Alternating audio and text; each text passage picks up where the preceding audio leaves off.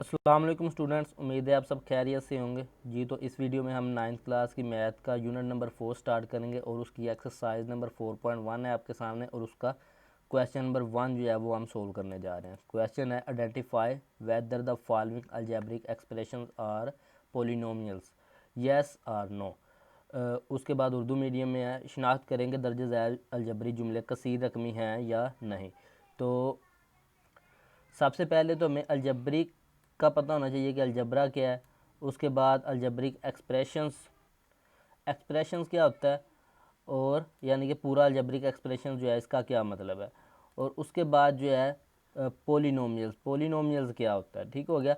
Algebraic expressions का पता होगा तो हम बता सकेंगे कि वो पोलिनोमियल्स है या पोलिनोमियल्स नहीं है, यानी कि पोलिनोमियल्स अलजब्रिक एक्सप्रेशंस की एक किस्म है। और उर्दू मीडियम में जो है वो अलजबरी जुमला उस अलजबरी के एक्सप्रेशंस को बोलते हैं और कसीर रकमी है या नहीं ये बताना, यानी कि पोलिनोमियल्स कसीर रकमी। तो सबसे पहले समझते हैं कि अलजबरिक जुमला क्या होता है या अलजबरिक एक्सप्रेशंस क्या होता है। तो ये बुक में डेफिनेशन दी गई है, वहाँ से पढ़ते हैं इसको।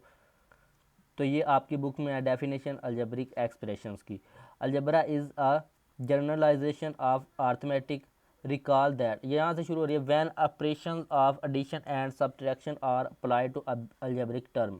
कहने का मतलब ये है कि जब अलजबरिक टर्म को प्लस या माइनस की मदद से आपस में जोड़ा जाता है। अलजबरिक टर्म क्या होती हैं, इस पे बात करते हैं। तो ये नीचे अलजबरिक एक्सप्रेशंस की जो मिसालें दी गई हैं, इनमें अलजबरिक टर्म मतलब जो प्लस या माइनस की मदद से जिन अदाद को या इस रकम को जोड़ा जाता है उसको अलजबरिक टर्म बोलते हैं। ठीक है। अब अलहदा करके देख सकते हैं जो प्लस और माइनस की मदद से अलहदा, जिसमें यहाँ पे माइनस है तो इससे पहले एक टर्म ये है, उसके बाद दूसरी टर्म ये है 3x, तीसरी टर्म जो है वो है 2 dividing by under root X, ये मुकम्मल एक टर्म है। ठीक हो गया। तो इसमें प्लस और माइनस या माइनस जो भी प्लस माइनस ऑपरेशन की मदद से जो जोड़े गए तीन टर्म्स हैं इसमें। इसी तरह इसमें देखें तो इसमें एक टर्म ये है 3xy और उसके बाद दूसरी टर्म प्लस की इस साइड पे है। ठीक है हो गया। तो इसमें प्लस के जो है दरमियान में आ गया तो दो टर्म्स है। ठीक है, एक इस साइड पे और एक साइड इस साइड पे। ये तो होती हैं टर्म्स। अब अलजेब्रिक टर्म्स क्या होती है उस पर बात करते हैं।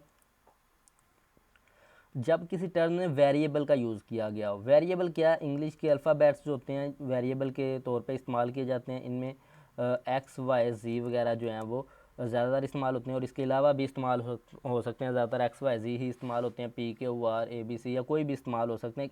इनको वेरिएबल क्यों कहते हैं, मतगैर उर्दू में। ठीक हो गया, क्योंकि इनकी जो कीमत है वो मुस्तकिल नहीं होती, ये हर क्वेश्चन में लहदा होती है और इनकी कीमत जो है वो ना मालूम होती है। क्वेश्चन को सोल्व करके इसकी कीमत मालूम की जा सकती है, लेकिन इनकी जो कीमत है अननोन है, यानी कि इसका पता नहीं, इसकी जगह पे 3 है 4 है 5 है, ये मालूम नहीं होती। इसकी कीमत हर क्वेश्चन में और अलहदा होती है। वेरिएबल यानी कि अननोन होती है, चेंज होती रहती है, इसलिए इनको वेरिएबल बोलते हैं। ठीक हो गया।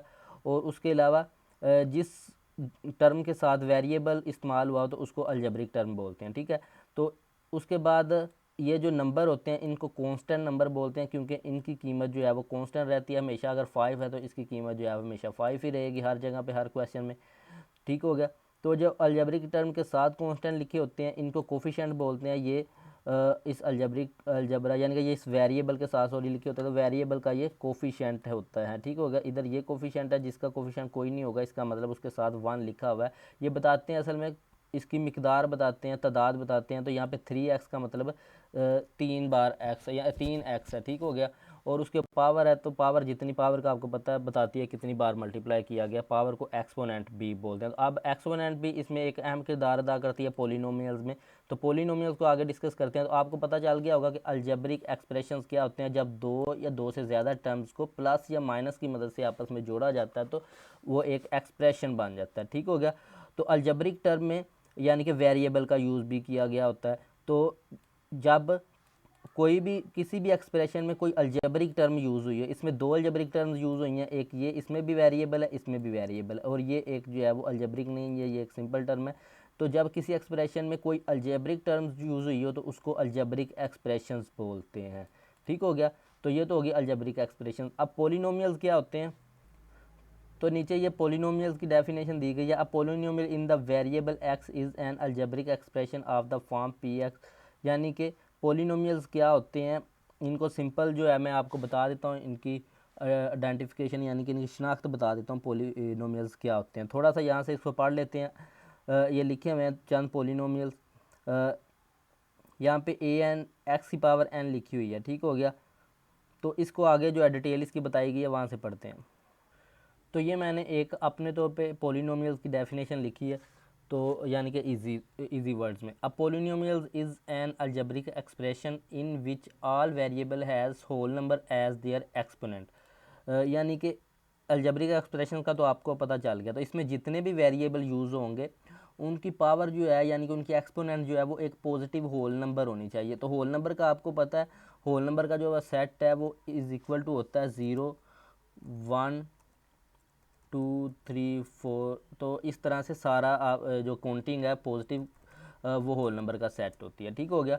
तो इसमें कोई नेगेटिव इंटीजर नहीं होता, इसमें कोई रैशनल नंबर यानी कि रैशनल से मुराद फ्रैक्शन वाला जो रैशनल होता है, बटे वाली कोई इसमें पावर इस्तेमाल नहीं की जा सकती। जैसे कि ये इस्तेमाल किया हुआ है तो ये नहीं इस्तेमाल होगी पोलिनोमियल में। ये एक अलजेब्रिक एक्सप्रेशन तो है लेकिन एक पोलिनोमियल नहीं है, क्योंकि इसमें वेरिएबल की जो पावर है वो पॉजिटिव होल नंबर नहीं है बल्कि एक without whole number rational number है, ठीक है। यानी कि रैशनल नंबर है लेकिन होल नंबर नहीं है, पॉजिटिव नहीं है, ठीक हो गया।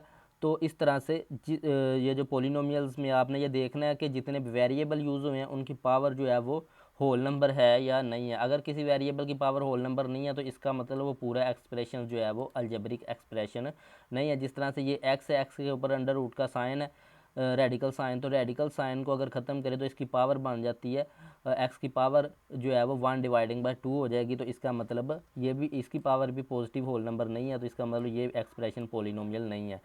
और जब वेरिएबल बटे के नीचे यानी कि फ्रैक्शन के नीचे लिखा होगा वो टर्म, एक टर्म फ्रैक्शन वाली यूज़ हुई है और जिसमें वेरिएबल यूज़ हुआ है, ठीक है। तो और वेरिएबल जो है वो बटे के नीचे है, तो बटे के नीचे जब वेरिएबल होता है तो उसकी पावर भी जो है वो पॉजिटिव होल नंबर नहीं होती। आपने चैप्टर नंबर 2 यूनिट नंबर जो 2 है उसमें पढ़ा है। तो इसको ऊपर लेके जाएंगे तो इसकी पावर -1 होगी, ठीक हो गया। जब वेरिएबल बटे के नीचे लिखा हो तो उसकी पावर नेगेटिव होती है, ठीक हो गया। तो अब क्वेश्चन को सोल्व करते हैं तो साथ साथ आपको पता चलता जाएगा। तो ये पार्ट नंबर 1 है, इसको देखते हैं। इसमें देखें, इसमें दो वेरिएबल यूज़ हुए हैं, एक ये x और दूसरा ये भी x है, ठीक है। इधर x की पावर 2 है, पॉजिटिव 2 है, तो ये ठीक है। लेकिन दूसरी टर्म में जो x यूज़ हुआ है, इस पूरे एक्सप्रेशन में दो वेरिएबल यूज़ हुए हैं, तो दूसरी टर्म में जो वेरिएबल यूज़ हुआ है वो भी x है लेकिन वो बटे के नीचे लिखा हुआ है, तो इसलिए इसकी पावर जो है वो ऊपर लेके जाएंगे तो नेगेटिव हो जाएगी। तो इसलिए ये एक पोलिनोमियल नहीं है क्योंकि इसमें वेरिएबल की पावर नेगेटिव है, नेगेटिव पावर यूज़ की गई है, तो ये पोलिनोमियल नहीं है। तो इसलिए यहाँ पे लिख देंगे नो। पार्ट नंबर 2 को देखते हैं अब पार्ट नंबर 2 को देखें तो इसमें 3 जगह पे वेरिएबल 4 जगह पे इस्तेमाल हुआ है। यहाँ पे पावर पॉजिटिव 3 है तो इसलिए ये भी ठीक है। इधर पावर पॉजिटिव 2 है इस वेरिएबल की पावर, तो ये भी ठीक है। लेकिन यहाँ पे वेरिएबल के ऊपर जो है एक्स है और इसके ऊपर रेडिकल का साइन आ गया, तो रेडिकल का मतलब इसकी पावर जो है वो 1 डिवाइडिंग बाई 2 यानी कि 1/2 है। तो 1/2 नहीं, गिनती का एक नंबर होना चाहिए पॉजिटिव, सीधा सीधा बटे में नहीं होना चाहिए।